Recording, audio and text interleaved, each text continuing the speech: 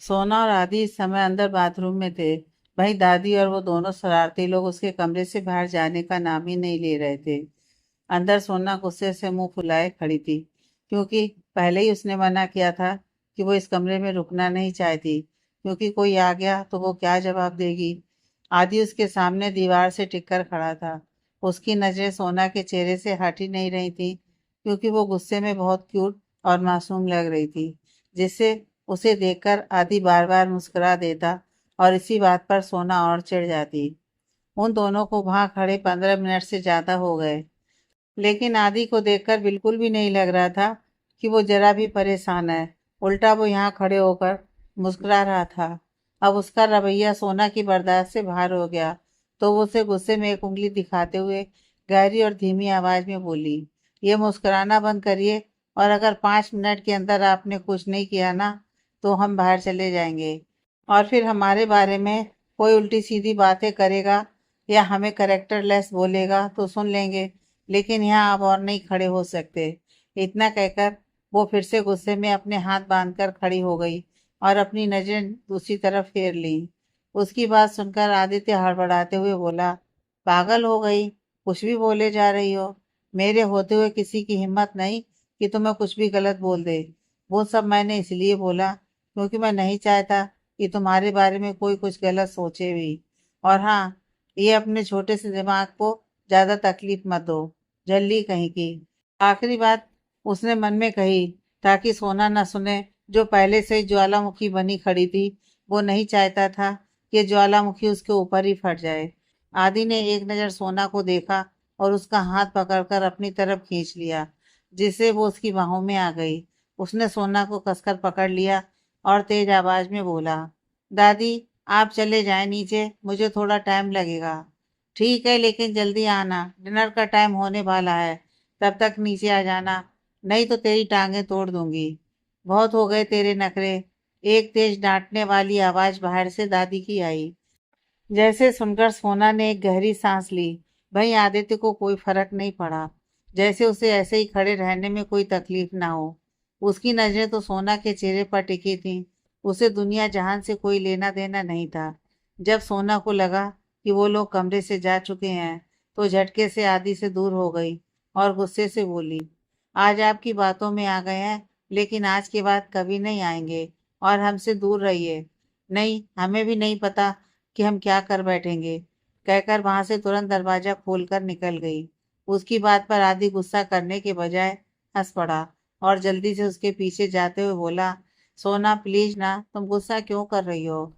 यार, मुझे क्या पता था कि ये लोग यहाँ ऐसे आ जाएंगे। मैंने तो सिद्धार्थ के बच्चे को फोन करके बोला भी था कि किसी को भी यहाँ ना आने दे। फिर भी पता नहीं कैसे वो लोग। एक सेकंड, ये सिद्धार्थ कौन है? सोना ने बीच में ही सवाल किया। तो आदित्य प्यार से बोला, सिद्धार्थ मेरा बचपन का फ्रेंड है। वो लंदन वाली ब्रांच को संभालता है और आज ही मेरे साथ इंडिया वापस आया है। और वो अभी हमारे साथ हमारे घर में ही रहने वाला है, क्योंकि उसके पेरेंट्स ऑस्ट्रेलिया गए हुए हैं। उसे लगा कि अगर वो सब कुछ बताएगा तो सोना का गुस्सा कम हो जाएगा, लेकिन यहाँ तो उल्टा ही हो गया।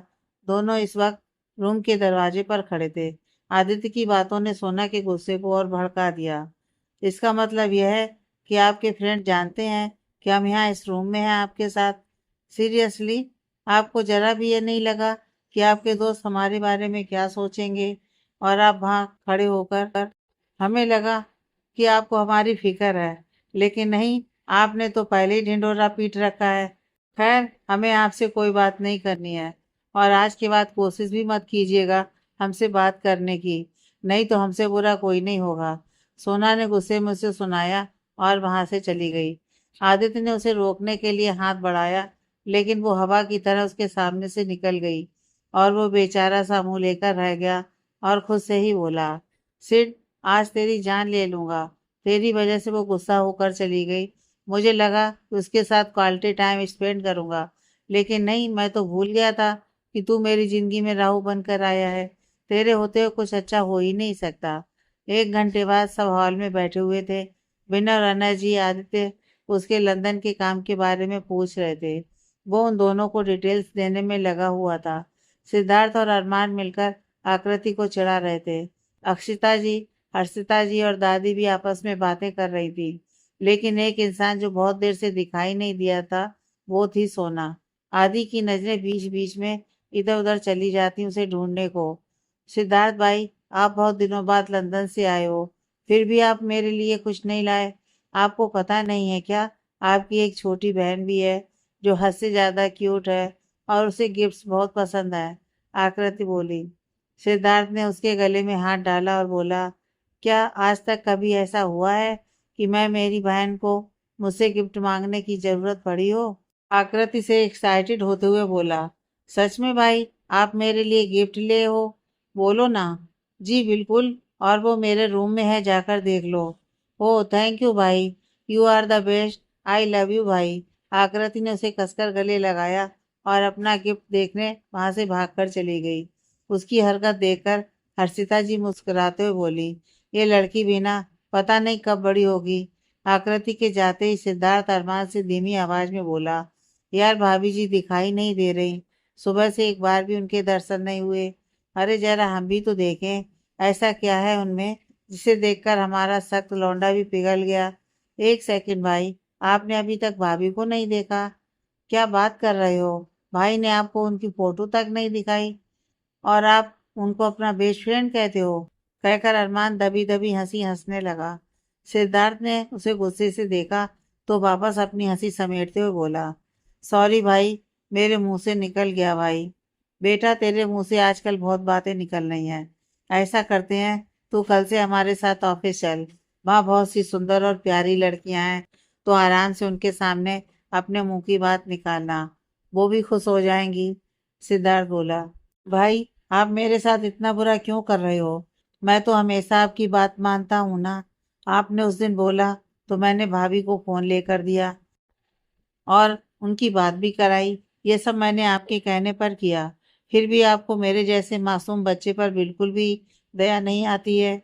अच्छा चल, अब अपना रोना धोना फिर से स्टार्ट मत कर। वो बोल ही रहा था कि तभी उसकी नज़र सामने आती हुई सोना पर पड़ी। उसकी नजरें वहीं थम गईं। सोना लाल रंग के अनारकली सूट को पहने सीढ़ियों से उतर रही थी। उसको देखकर ऐसा लग रहा था कि जैसे कोई परी हो। सोना पहले से ही बहुत खूबसूरत थी, लेकिन ये लाल रंग आज उस पर कुछ ज्यादा ही जच रहा था। सिद्धार्थ की निगाहें उस पर ही ठहर चुकी थी। वो ऐसे ही खोए हुए बोला, oh my God, who is she is so beautiful, just like an angel. उसकी बात सुनकर अरमान का ध्यान सोना की तरफ गया तो मुस्कुराते हुए बोला, और अगर इस एंजल को मुंह खोलकर देखते हुए अगर आपको भाई ने देख लिया तो आपकी यहाँ से लंदन वापसी बहुत जल्द हो जाएगी। इसलिए सपनों से बाहर आइए भ्राताश्री। सिद्धार्थ ने उसे हैरानी से देखा। अबे आदि को क्या, मैं किसी को भी देखूं, और उसके पास तो लड़की है ना, अब उसको मिल गई है तो मुझे भी तो चाहिए। मैंने क्या कोई संन्यास ले लिया है जो अब खूबसूरत लड़कियां भी ना देखूं? बिल्कुल देखिए, और शौक से देखिए, लेकिन आप इन्हें नहीं देख सकते हैं। सिद्धार्थ ने फिर से अरमान की ओर देखा तो उसने अपनी आंखों से कुछ इशारा किया तो सिद्धार्थ बोला, सोना। तो अरमान ने हाँ में सिर हिला दिया। सिद्धार्थ ने एक चपत अपने सिर पर लगाई और खुद से ही बोला, पागल हो गया सिद्धार्थ, आधी जान ले लेगा तेरी अगर उसे तेरी इस हरकत का पता चल गया तो। और अरमान, तू बिल्कुल भी आदि के सामने ये बात नहीं बोलेगा कि मैंने ऐसे किया। कैसे किया भाई, प्लीज अच्छे से बताओ ना, मुझे समझ नहीं आया। अरमान बोला। फिर उसने सिद्धार्थ को देखा जो उसे गुस्से से घूर रहा था, तो अरमान जल्दी से बोला, ठीक है, लेकिन अगर आप प्रॉमिस करोगे कि आप मुझे ऑफिस ले जाने की बात फिर से नहीं करोगे तो मैं भी ये नहीं बोलूँगा। अगर मंजूर है तो बोलो। उसकी बात पर सिद्धार्थ बोला, ओके डील डन। दोनों एक दूसरे को ऐसे देख रहे थे जैसे दोनों ने कोई बहुत बड़ी डील की हो। दादी ने सोना को देखा तो बोली, अरे सोना बच्चे कहाँ चली गई तुम, बहुत देर से नहीं देखा तुम्हें। दादी की बात सुनकर आदि ने सोना की तरफ देखा तो सोना ने उसे देखकर अपनी नजरें फेर ली और दादी के पास आकर बैठते हुए बोली, कहीं नहीं दादी जी, हम तो अपने कमरे में ही थे और कार्टून देख रहे थे इतनी देर से। सोना ने यह बात आदित्य को देखकर कही, जिसका ध्यान पहले से ही उसकी तरफ था। आदित्य अपने मन में बोला, ओह तो मैडम नाराज हैं अभी तक और मुझे कार्टून बता रही हैं। कोई बात नहीं, थोड़ा रुक जाइए, फिर आपकी नाराजगी भी दूर कर दूंगा। साथ ही आपको इतने बड़े बिजनेस टाइकून को कार्टून कहने की सजा तो मिलेगी। वही दादी ने हैरानी से सोना से पूछा, तुम्हें अभी भी कार्टून पसंद है? वैसे तुम्हें एक बात बताऊं, आदि तो बचपन में अपने स्कूल में कार्टून बनता भी था। उसकी बात सुनकर सभी लोग हंसने लगे, लेकिन आदित्य थोड़ा एम्बेरेंस होते हुए बोला, दादी प्लीज, मैंने कभी भी ऐसा कोई करेक्टर प्ले नहीं किया है। झूठ मत बोल, तुझे हमेशा से कार्टून पसंद है और तू कार्टून बनता भी था। दादी ठीक कह रही हैं। सिद्धार्थ ने सोना को देखकर जानबूझकर ये बोला। आज अवस्थी मैंसन में हंसी ठहाके गूंज रहे थे। सब हंस रहे थे सिवाय एक इंसान के, और वो था आदित्य, क्योंकि दादी और सिट दोनों मिलकर उसकी खिंचाई कर रहे थे और सोना उनकी बात पर हंस रही थी। और यही बात आदित्य को सबसे ज्यादा चिढ़ा रही थी कि उसे आदित्य का बचाव करना चाहिए और वह उसी पर हंस रही है। इस बात पर आदित्य ने सोच लिया था कि आज इस बात का बदला वो सोना से लेकर ही रहेगा। सभी को ऐसे हंसते मुस्कुराते देख दादी की आंखों में आंसू आ गए। हर्षिता जी ने जब आंसू भरी आंखें देखी तो जल्दी से घबराते हुए बोली, क्या हुआ माँ, आप रो क्यों रही हैं? आपको कोई प्रॉब्लम है या कोई बात बुरी लगी आपको? बताइए ना। हर्षिता जी की बात पर सभी का ध्यान दादी की तरफ चला गया। कोई कुछ बोलता उससे पहले ही दादी अपनी आंखें साफ करते हुए मुस्कुराते हुए बोली, कैसी बातें कर रही हो बड़ी बहू? तुम लोगों के होते हुए मुझे क्या समस्या हो सकती है? आज बहुत दिनों बाद अपने परिवार को ऐसे साथ खुश देखकर बस आंखें भर आई।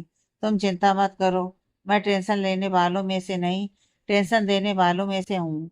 दादी की बात सुनकर एक बार फिर से जोरदार हंसी पूरे घर में गूंज गई, लेकिन आदित्य इस बार भी बहुत थोड़ा सा मुस्कुराया।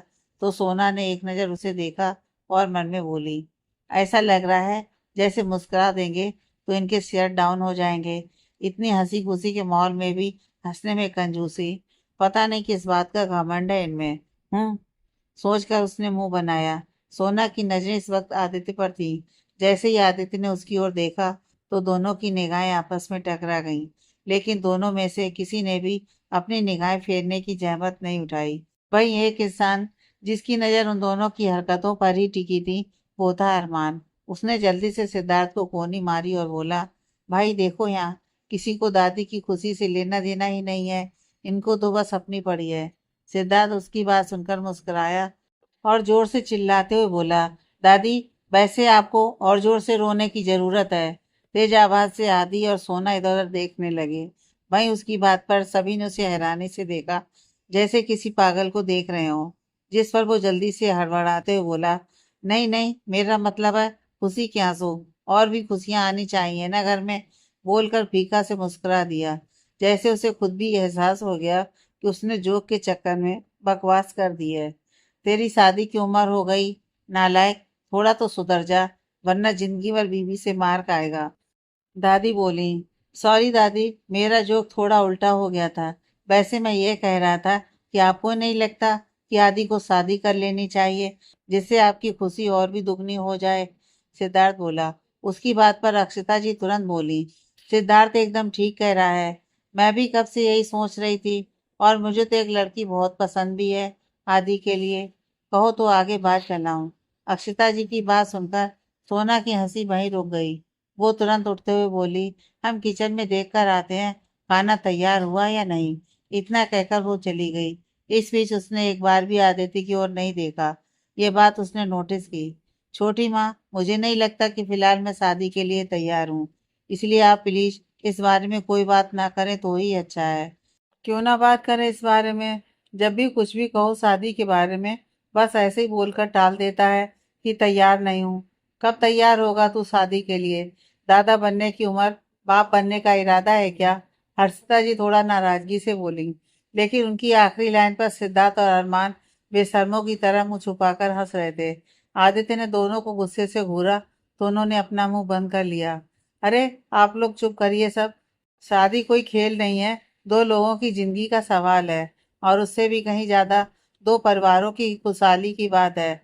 एक गलत फैसला दो लोगों की जिंदगी तो बर्बाद करता ही है, साथ ही दो परिवारों का सुख भी शांति भी छीन लेता है। इसलिए जब तक वो तैयार नहीं है, कोई शादी की बात नहीं करेगा। विनय जी ने बोला। मैं भाई साहब की बात से सहमत हूँ। ऐसे फैसले जल्दीबाजी में नहीं लेने चाहिए। लेकिन अगर तुम्हें कोई लड़की पसंद है तो तुम बता सकते हो, हमें कोई ऐतराज नहीं होगा, अनय जी ने कहा। अनय जी की बात सुनकर आदित्य के दिलो दिमाग में एक चेहरा तैर गया, जिससे उसके चेहरे पर स्वतः ही मुस्कुराहट आ गई। उसे देखकर अरमान जल्दी से बोला, यस डैड, आप ठीक कर रहे हो। और भाई की मुस्कुराहट देखकर लग रहा है कि उनको कोई लड़की पसंद है ना भाई? मैं ठीक कह रहा हूँ ना? है ना? है ना? वो शरारत करते हुए बोला। आदित्य बिना कुछ बोले जल्दी से खड़ा हुआ और बोला, मुझे कुछ काम है, आप लोग कंटिन्यू करिए। इतना बोलकर वो जैसे ही आगे बढ़ा, अरमान सिद्धार्थ को देखते हुए बोला, भाई बीना कितना शर्माते हैं, शादी की बात सुनकर ही लड़कियों की तरह मुंह छुपाकर अपने कमरे में जाकर शर्माएंगे। सिद्धार्थ मुस्कुराते हुए बोला, ये शर्माने नहीं जा रहा, बल्कि थोड़ी देर बाद ये हमें शर्माने पर मजबूर करने वाला है। बेशरम। भाई, आप क्या बोल रहे हो? मुझे तो कुछ समझ ही नहीं आया। थोड़ी देर बाद आ जाएगा समझ, जब तू अपने भाई को बेशर्मों की तरह रोमांस करते देखेगा, सिद्धार्थ ने बोला और वहां से चला गया। भाई अरमान अपना सिर खुजाते हुए बोला, मुझे ये बात फिर से समझ नहीं आया। सोना किचन का बोलकर आई थी, लेकिन वो वहां से गार्डन में चली गई। उसके मन में बार बार एक ही बात गूंज रही थी। जब अक्षिता जी ने कहा था कि उन्हें आदि के लिए एक लड़की पसंद है, जिस पर उसने जब आदित्य की तरफ मुड़कर देखा तो वो एकदम शांत था। उसने एक बार भी कुछ नहीं कहा। उसे लग रहा था कि वो आदित्य के करीब जाकर गलत कर रही है, क्योंकि चाहे इस परिवार ने उसे कितना भी प्यार दिया हो, लेकिन वो लोग कभी एक अनाथ लड़की को अपने घर की बहू नहीं बनाएंगे। सोना गार्डन में चेयर पर बैठी हुई थी। उसके चेहरे पर उदासी थी और आंखों में नमी थी। तभी उसे अपने कंधे पर किसी का स्पर्श महसूस हुआ। उसने सामने देखा तो आदित्य खड़ा था। उसे देखकर उसने झटके से अपनी आंखें साफ की और खड़े होकर बोली, आप यहाँ क्या कर रहे हैं?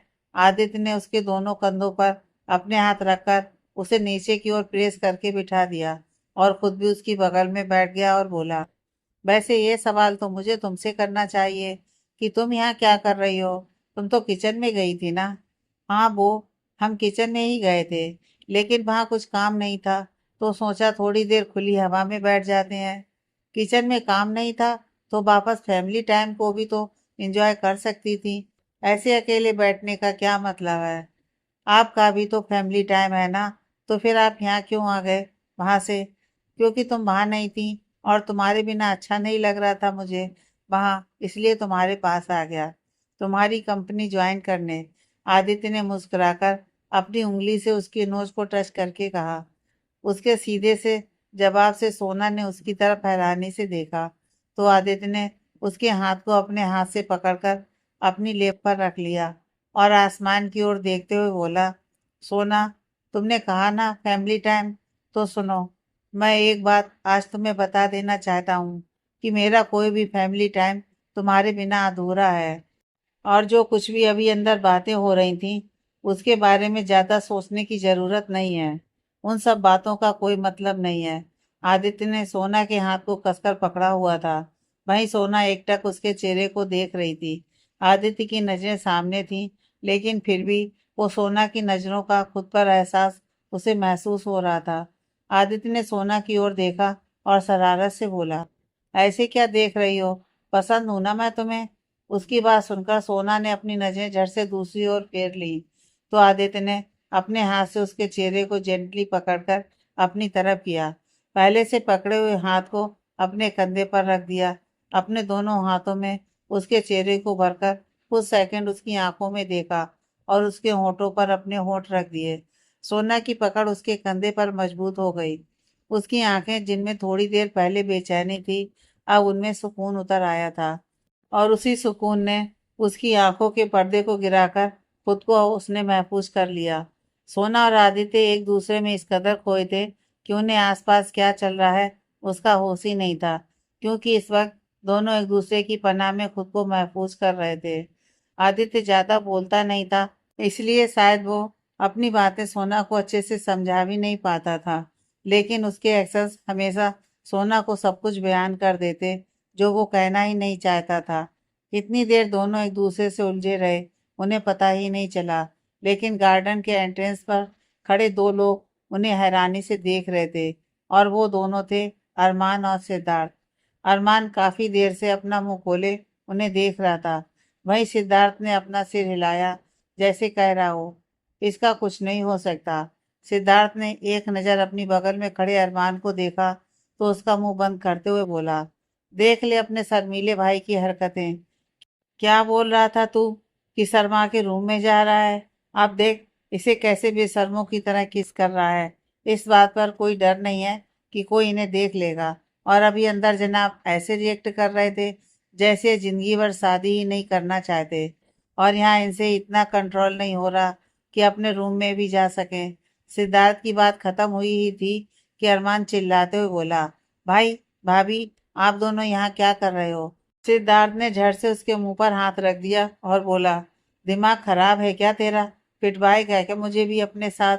लेकिन उसकी आवाज इतनी तेज थी कि वहां बैठा कोई भी इंसान आसानी से सुन ले। अचानक आवाज सुनकर सोना अपने सेंस में वापस आई और उसने झटके से आदित्य को खुद से अलग कर दिया और हड़बड़ाकर वहां से उठकर जाने को हुई। उससे पहले ही आदित्य ने उसकी कलाई पकड़ ली और गुस्से में उधर देखा जिस तरफ वो दोनों खड़े थे। उसकी गुस्से भरी आंखों को देखकर सिद्धार्थ एक पल के लिए डर गया। वहीं अरमान को कोई फर्क ही नहीं पड़ा। वो तो बेशर्मों की तरह खड़ा मुस्कुरा रहा था। सोना का चेहरा इस वक्त शर्म से लाल हो गया था। उसे लग रहा था कि जैसे कहीं जल्दी से छुप जाए। इस वक्त उसके अंदर किसी का सामना करने की हिम्मत ही नहीं थी। इसलिए वो लगातार अपनी कलाई छुड़ाने की कोशिश कर रही थी। लेकिन आदित्य की पकड़ इतनी मजबूत थी कि वो खुद को वहां से हिला भी नहीं पा रही थी। उसने आदित्य की तरफ रिक्वेस्ट भरी आंखों से देखा लेकिन उसे कोई फर्क नहीं पड़ा। जब सोना को लगा कि यह इंसान उसे छोड़ने वाला नहीं है तो उसने शर्म से लाल अपने चेहरे को उसके सीने में छिपा लिया ताकि उसे कोई देख ना सके। उसके सीने से लगते ही आदित्य ने उसे कसकर अपनी बाहों में समेट लिया। वहीं अरमान भागते हुए उसके पास आया। सिद्धार्थ भी बेचारा सा मुंह लिए उसके पीछे आ गया। अरमान ने सोना को उसकी बाहों में देखा तो उसे अपनी शरारतें सूझने लगी। भाई आप दोनों यहाँ क्या कर रहे थे? बाकी सब तो अंदर हैं। हम दोनों यहाँ किस कर रहे थे? तुम्हें कोई प्रॉब्लम है इस बात से? आदित्य ने तुरंत जवाब दिया, जिसे सुनकर अरमान ने हैरानी से उसे देखा और सिद्धार्थ धीरे से बोला, बेशरम कहीं का कुछ भी बोलता है। वहीं उसके सीने में छुपी सोना की पकड़ उसकी शर्ट पर कस गई और उसका चेहरा और भी लाल हो गया। उसने अपने मन में कहा, कैसे इंसान हो आप? वैसे आपसे कोई सवाल करे तो आप उसे जवाब तक नहीं देते, अपनी अकड़ में रहते हो। और अभी क्या जरूरत थी ऐसे बोलने की? हे भगवान, अब हम कैसे सबके सामने जाएंगे? इनकी सुबह की हरकत से सिद्धार्थ जी हमारे बारे में क्या सोच रहे होंगे? ऊपर से ये पता नहीं क्या बोले जा रहे हैं। अब हम क्या करें? प्लीज महादेव बचा लीजिए हमें इस बार। आगे से हम इनकी बातों में कभी नहीं आएंगे। फिर खुद की बातों को झटकते हुए खुद से ही बोली, नहीं सोना तू रहने दे। तू सुबह भी बोल रही थी कि इनकी बातों में नहीं आएगी, लेकिन आ गई ना। तेरा कुछ नहीं हो सकता। प्लीज भगवान बचा लीजिए। आदित्य ने उन दोनों को देखा और गुस्से से बोला, अब पता चल गया ना तुम दोनों को मैं यहाँ क्या कर रहा था? तो जाओ यहाँ से। अरमान वहां से जाने के बिल्कुल भी मूड में नहीं लग रहा था। लेकिन आदित्य की एक नज़र से सिद्धार्थ समझ गया कि अब एक सेकंड और यहाँ रुकना खतरे से खाली नहीं है। इसलिए उसने अरमान के हाथ को कसकर पकड़ा और उसे खींचते हुए वहां से ले गया। आदित्य अभी भी ऐसे ही सोना को बाहों में लिए खड़ा था। थोड़ी देर बाद जब बिल्कुल शांति हो गई तो सोना ने अपना सिर उठाकर देखा तो कोई वहां नहीं था। वो झटके से आदित्य से दूर हो गई और नाराजगी से बोली, जब वो लोग चले गए थे तो आपने हमें बताया क्यों नहीं? आदित्य ने कुछ नहीं कहा। वो बस उसे यूं ही मुस्कुराते हुए देखने लगा। आप हमें ऐसे क्यों देख रहे हैं? और आपने अरमान से वो सब क्यों कहा? सिद्धार्थ जी भी यहीं थे। हम उनसे ठीक से मिले भी नहीं हैं अभी। सुबह वो सब और अभी है। पता नहीं क्या सोच रहे होंगे वो हमारे बारे में कि हम किस तरह की लड़की हैं। मैंने क्या कहा अरमान से? कुछ भी तो नहीं। तुम किसके बारे में बात कर रही हो? मुझे तो कुछ भी समझ नहीं आ रहा। आदित्य ऐसे बोला जैसे उसे सच में कुछ भी नहीं पता हो। सोना किस बारे में बात कर रही है? उसकी बात सुनकर सोना एकदम से चिढ़ते हुए बोली, ये आप नाटक करना बंद कीजिए। और हाँ, हमने अब तक आपको सुबह वाली बात के लिए माफ नहीं किया है। और जो अभी किया है ना आपने, उसके लिए भी नहीं करेंगे। ये सब बोलते हुए वो किसी बच्चे की तरह मासूम लग रही थी। उसकी मासूमियत देखकर आदित्य खुद को रोक नहीं पाया। उसने आगे बढ़कर उसके चेहरे को अपने हाथों में थामा और उसके माथे पर अपने होंठ रख दिए। सोना की आंखें बंद हो गईं। वो उससे अलग हुआ और बोला, सोना, थैंक यू। सोना ने उसे हैरानी से देखा और बोली, हम आपसे गुस्सा हैं और आप थैंक यू बोल रहे हैं, क्यों? कुछ नहीं, बस ऐसे ही, मन किया तो बोल दिया, आदित्य बोला। उसका जवाब सुनकर सोना अपने पैर पटकते हुए वहां से चली गई। आदित्य ने उसे रोकना चाहा, लेकिन उसने एक बार भी नहीं सुना। उसके जाते ही आदित्य ने एक हाथ अपने दिल पर रखा और एक गहरी सांस लेते हुए बोला, क्यों हो तुम इतनी मासूम मेरी जान? बस मैं नहीं चाहता कि तुम्हारी ये मासूमियत मेरे अलावा किसी के भी सामने आए। तभी आदित्य के पास एक फोन आया। फोन के दूसरी तरफ वाले इंसान ने कुछ देर बात की। आदित्य चुपचाप उसकी बात सुनता रहा। फिर कुछ देर बाद उसने ओके कहा और फोन रख दिया। उसके बाद उसने एक गहरी सांस ली और जल्दी से घर के अंदर चला गया। वो सीधा स्टडी रूम में गया, जहाँ विनय जी कुछ फाइल देख रहे थे। उन्हें देखकर आदित्य ने धीरे धीरे कदम बढ़ाए और उनकी चेयर के पास जाकर चुपचाप खड़ा हो गया। थोड़ी देर बाद विनय जी की नजर आदित्य पर गई तो उन्होंने हैरानी से पूछा, अरे आदि, तुम कब से यहाँ खड़े हो और तुमने कुछ बोला क्यों नहीं?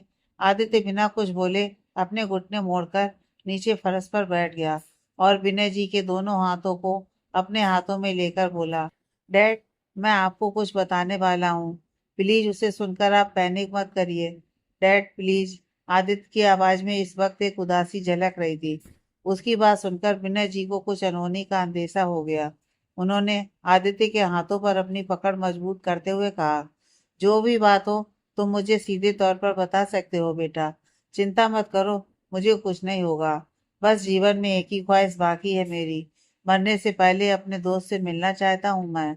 इसलिए कह दो जो भी कहना चाहते हो। विनय जी की बातें सुनकर आदित्य की आंखों में नमी छलक आई।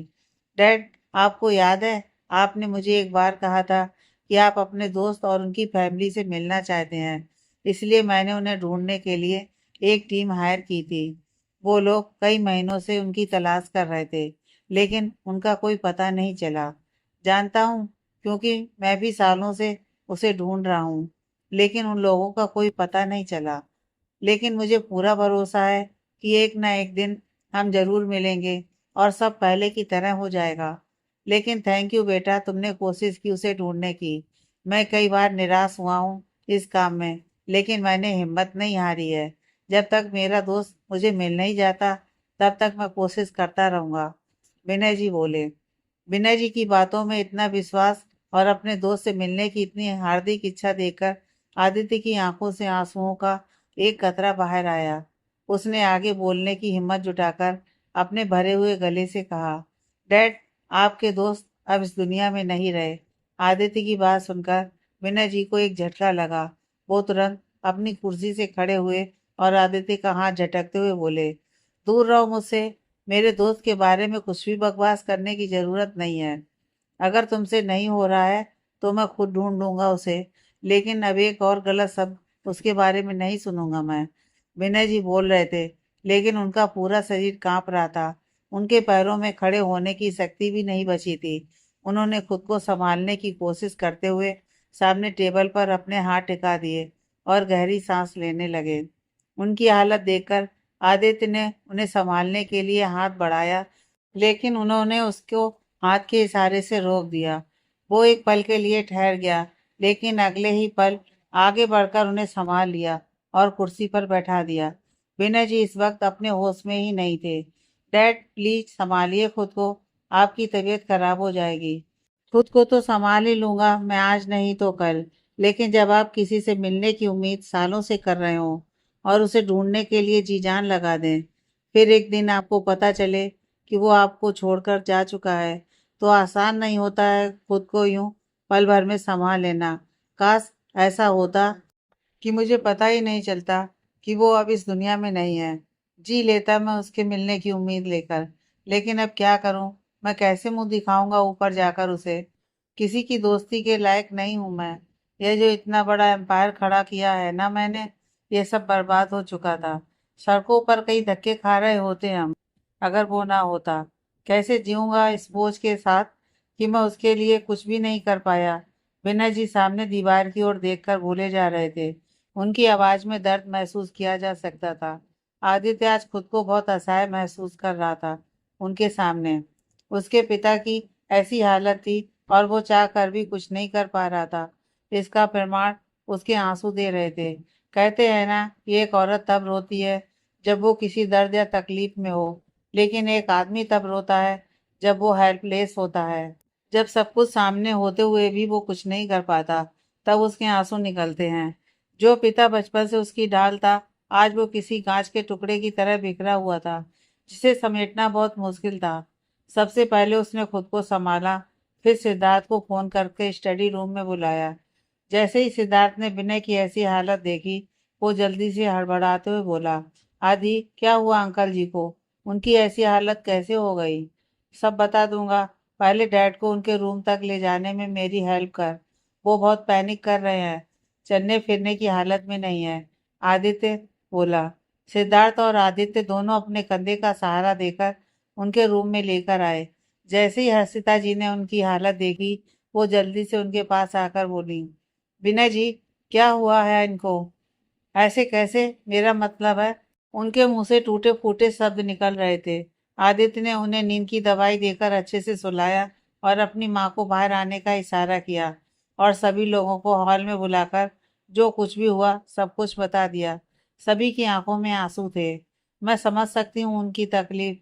इन 20 सालों में एक दिन भी ऐसा नहीं गया जब उन्होंने अपने दोस्त को याद ना किया हो। पता नहीं कहाँ कहाँ नहीं ढूंढा। वो हमेशा एक ही बात बोलते थे कि चाहे जो हो जाए, मैं एक दिन अपने दोस्त को ढूंढ कर ही रहूंगा।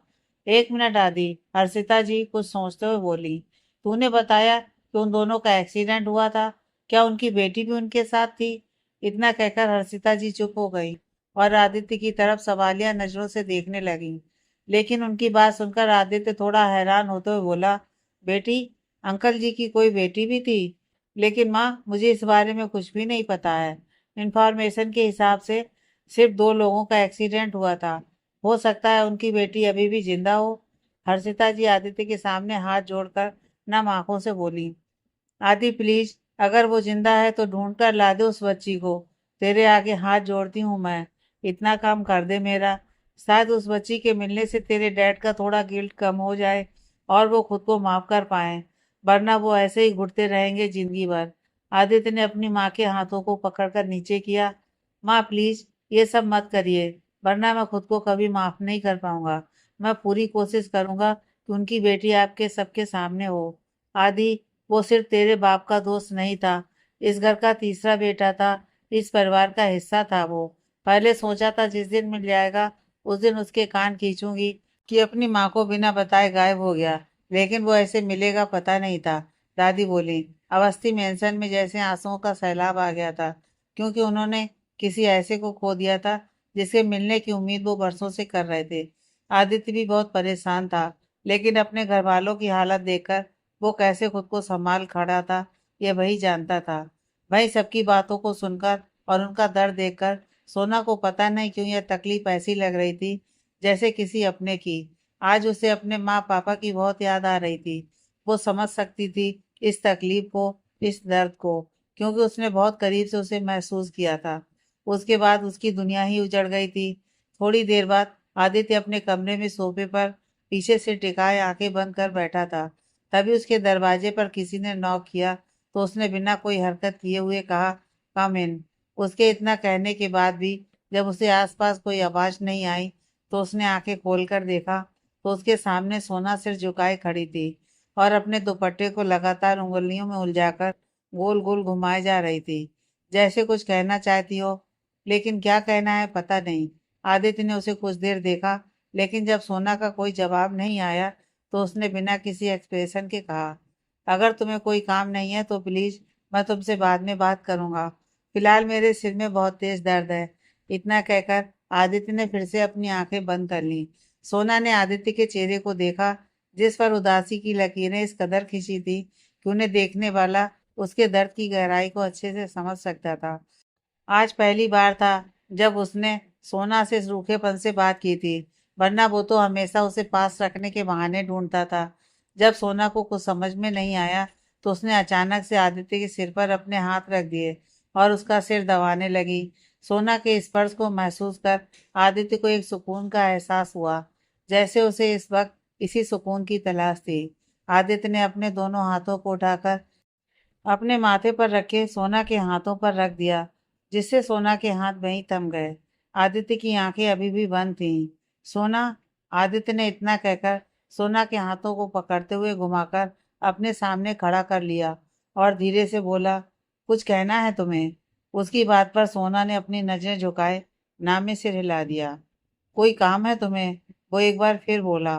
तो सोना ने पहले की तरह ही फिर से नामे सिर हिला दिया। फिर तुम इस वक्त यहाँ क्या कर रही हो? तुम्हें अपने कमरे में होना चाहिए। रात बहुत हो गई है, जाओ, आदित्य ने कहा।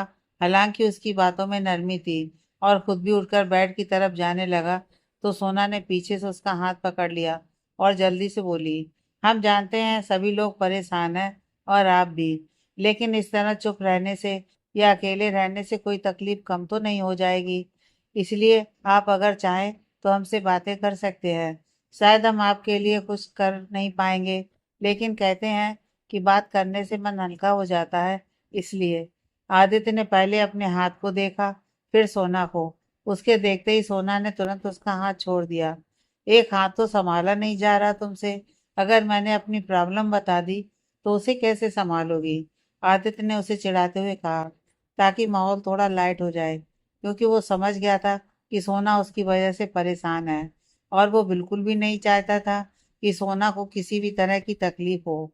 हम सब संभाल लेंगे, बस एक बार कहकर तो देखिए।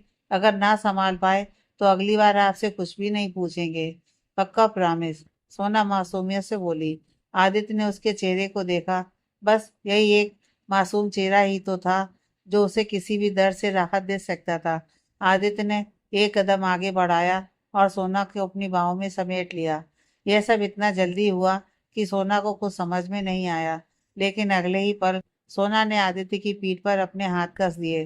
कुछ देर ऐसे ही रहने के बाद जब सोना ने उससे अलग होना चाहा तो आदित्य ने उसे और मजबूती से पकड़ अपनी बाहों में कस लिया और बोला, तुम कह रही थी ना, बोलने से मन हल्का हो जाता है। लेकिन मैं क्या कहूँ, क्या बताऊँ तुम्हें, जब मुझे ही नहीं पता कि अचानक ये सब क्या हो गया। बस डैड को देखकर तकलीफ हो रही है। जानता हूँ बहुत परेशान है वो, दिल कर रहा है कि बस कैसे भी उनके दर्द को कम कर सकूं, पर अफसोस मैं ऐसा कुछ नहीं कर पा रहा हूँ। और शायद मैं एक अच्छा बेटा नहीं हूँ। अगर मैंने पहले कोशिश की होती तो शायद मैं अंकल को ढूंढ पाता और वो हमारे साथ होते। उसकी बातें सुनकर सोना की आंखें भर आईं। आप खुद को दोष देना बंद कीजिए। कुछ चीजों पर किसी का जोर नहीं चलता और हम जानते हैं कि आपने पूरी कोशिश की है अंकल जी के दोस्त को ढूंढने की, लेकिन आप किस्मत से नहीं लड़ सकते। इसलिए जो होना था वो हो गया। इस समय परिवार को आपकी ज़रूरत है, इसलिए सबसे पहले तो आप अपना ध्यान रखिए और चिंता मत कीजिए, सब ठीक हो जाएगा। कुछ देर दोनों यूं ही एक दूसरे को अपनी बाहों में समेटे दोनों लोग एक दूसरे से अपने दिल की बातें साझा करते रहे। थोड़ी देर बाद दोनों अलग हुए तो आदित्य को एहसास हुआ कि सोना से बात करके उसे बहुत हल्का महसूस हो रहा था। आज उसे पहली बार पता चला कि कोई है जो उसे इस कदर समझता है, जिसे समझाने के लिए उसे कुछ बोलने की ज़रूरत नहीं है। उसे कब क्या चाहिए इसकी परवाह उससे भी ज़्यादा किसी और को है। आदित्य ने सोना के चेहरे को अपने हाथों में थाम कर उसके माथे पर अपने होंठ रख दिए, जिससे दोनों की आंखें सुकून से बंद हो गईं। कहीं न कहीं सोना को भी उसकी आदत लग गई थी। आदित्य का इस तरह उसके करीब आना उसे अच्छा लगने लगा था। जितनी ज़रूरत आदित्य को उसकी थी, शायद उससे भी कहीं ज़्यादा ज़रूरत सोना को उसकी थी। उसके एहसासों में डूबी सोना वहीं बुत बनी खड़ी थी। अब ऐसे क्यों खड़ी हो, यहीं रहने का इरादा है क्या? आदित्य बोला। तो सोना ने झट से अपनी आंखें खोलकर हैरानी से आदित्य को देखा। इस बात पर सोना ने हड़बड़ाते हुए जल्दी से हाँ में सिर हिला दिया, लेकिन जैसे ही एहसास हुआ उसने जल्दी से ना में सिर हिलाया तो सोना को ऐसे बच्चों जैसी हरकतें करते देख आदित्य के चेहरे पर मुस्कान आ गई। अरे क्या कहना चाहती हो? तुम्हें मेरे साथ इसी रूम में रहना है ना? ठीक है, चलो मैं डोर लॉक करके आता हूँ। आज साथ में सोते हैं। और हाँ, तुम्हें बेड की जो साइड पसंद हो उसे ले सकती हो, मुझे कोई प्रॉब्लम नहीं है। आदित्य ने उसे परेशान करते हुए कहा। आदित्य के डोर लॉक करने की बात सुनकर सोना हड़बड़ाकर वहां से हवा की तरफ फुर्र हो गई। उसकी इस हरकत से आदित्य के चेहरे पर अनायासी मुस्कान आ गई। सोना उसकी नज़र से एक पल में ओझल हो गई और उसके जाते ही आदित्य की मुस्कान भी वहीं सिमट गई। शायद यह मुस्कुराहट की चादर उसने सोना को परेशान देखकर ओढ़ ली थी। वैसे अपने परिवार के अलावा किसी की इतनी परवाह करना उसके स्वभाव के बिल्कुल विपरीत था, लेकिन आजकल उसके साथ बहुत कुछ ऐसा हो रहा था जो उसने कभी सोचा नहीं था। सोना के चेहरे पर उदासी उसे कतई बर्दाश्त नहीं थी और उसे दूर करने के लिए वो किस हद तक जा सकता है उसका अंदाजा फिलहाल उसे नहीं था। सोना अपने बेड पर लेटी हुई सोने की कोशिश कर रही थी, लेकिन उसकी आंखें बंद करते ही बार बार उसे आज घर में हुई सारी बातें याद आ रही थी, जिन्हें चाह कर भी अपने ख्यालों से निकालना उसके लिए मुश्किल हो रहा था। पता नहीं क्यों उसे ऐसा लग रहा था जैसे आज जो कुछ भी हुआ वो सब कहीं ना कहीं उससे जुड़ा हुआ है। वो विनय जी की तकलीफ को उनसे भी कहीं ज्यादा अच्छे से समझ रही थी, लेकिन क्यों, इसका जवाब तो फिलहाल उसके पास नहीं था। लगातार करवटें बदलते हुए जब उसे नींद नहीं आई तो वह उठकर खिड़की के पास आकर खड़ी हो गई। बाहर से आती ठंडी हवा उसे बहुत सुकून पहुंचा रही थी। उसने आसमान की ओर देखा और हाथ जोड़कर आंखों में नमी लिए बोली, हे महादेव, आज तक आपने हमें जो कुछ भी दिया उसे अपनी किस्मत समझकर हमने एक्सेप्ट कर लिया। बहुत बार ऐसा हुआ कि दर्द हमारी सहन शक्ति से भी बाहर था, लेकिन फिर भी कभी शिकायत नहीं की हमने, क्योंकि हमें भरोसा था आप पर कि आप एक दिन सब ठीक कर देंगे। और जो आपने हमें ये परिवार दिया उसके बाद तो आपसे शिकायत करना बनता भी नहीं है। लेकिन आज आपसे कुछ मांग रहे हैं, प्लीज दे दीजिए। दूर कर दीजिए इस घर की हर तकलीफ को, please Mahadev, please. Next day Aditya अपने ऑफिस में बैठकर बिना किसी फेशियल एक्सप्रेशन के लगातार अपने सामने रखे लैपटॉप के कीबोर्ड पर उंगलियां चलाते हुए उसकी स्क्रीन पर देख रहा था। वहीं उसके सामने खड़े दो लोग बार बार एक दूसरे की ओर देखते और फिर सामने आदित्य की ओर। उनके चेहरे से उनका डर साफ जाहिर हो रहा था। उन्हें पता था कि आज उनकी सामत आई है, क्योंकि उनके सामने बैठा इंसान काम के मामले में किसी भी तरह की कोताही बर्दाश्त नहीं करता। वैसे उनके अलावा एक और शख्स था जो बार बार कभी उन दोनों को देखता तो कभी आदित्य को, जैसे जानना चाहता हो और कितनी देर लगेगी इन दोनों को सजा सुनाने में, और मन ही मन उन दोनों की हालत पर हंसकर इस सिचुएशन के पूरे मजे ले रहा था। और वो था सिद्धार्थ। लगभग 20 मिनट बाद आदित्य ने अपनी नजरें उठाकर उन दोनों की ओर देखा, और उसके देखते ही दोनों ने पहले एक दूसरे की ओर देखा और फिर अपना गला तर किया, जो आदित्य की एक नज़र से ही सूखने लगा था। आदित्य ने उन्हें कुछ देर देखा, फिर अपने पास रखी फाइल को उन दोनों को देते हुए शांत और धीमी आवाज में बोला, ये फाइल में काफी मिस्टेक है, कल सुबह मीटिंग से पहले से ठीक कर देना। बहुत इंपॉर्टेंट डील है, मैं नहीं चाहता छोटी सी गलती की वजह से ये डील हमारे हाथ से निकल जाए। आदित्य को इतना शांति से बात करते हुए देखकर दोनों को ही अपने कानों पर भरोसा नहीं हुआ, लेकिन उन्होंने जल्दी से आदित्य के हाथ से फाइल ली और कुछ सेकंड में ही ऑफिस से बाहर निकल गए। लेकिन सिद्धार्थ आदित्य की इस हरकत से बहुत सॉफ्ट था, क्योंकि वो किसी भी छोटी से छोटी गलती के लिए भी अपने एम्प्लॉयज को इतनी आसानी से कभी नहीं छोड़ता। आदि, क्या हुआ? तू अभी भी कल की वजह से परेशान है या कुछ और बात है? सिद्धार्थ बोला। आदित्य ने गहरी सांस ली और अपने माथे पर अपनी दो उंगलियां रब करते हुए बोला, कुछ नहीं, बस सिर दर्द कर रहा है। तू जाना, बहुत काम है यहाँ। बैठकर फालतू टाइम पास करने की जरूरत नहीं है, क्योंकि तुझे बैठने की सैलरी नहीं देता हूँ मैं। अबे मुंह बंद कर अपना। जितना तू सैलरी देता है ना, इतना काम कर चुका हूँ मैं, और इस कंपनी में एम्प्लॉय हूँ मैं, तेरा नौकर नहीं।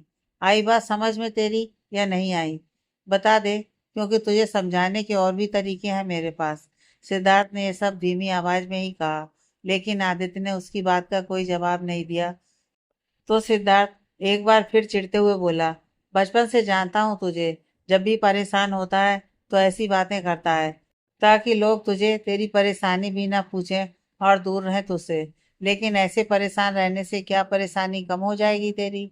अगर कम हो जाएगी तो मैं भी परेशान हो लेता हूँ तेरे साथ। सिट प्लीज यार, मूड में नहीं हूँ मैं किसी बहस के लिए, इसलिए तू जा यहाँ से अभी।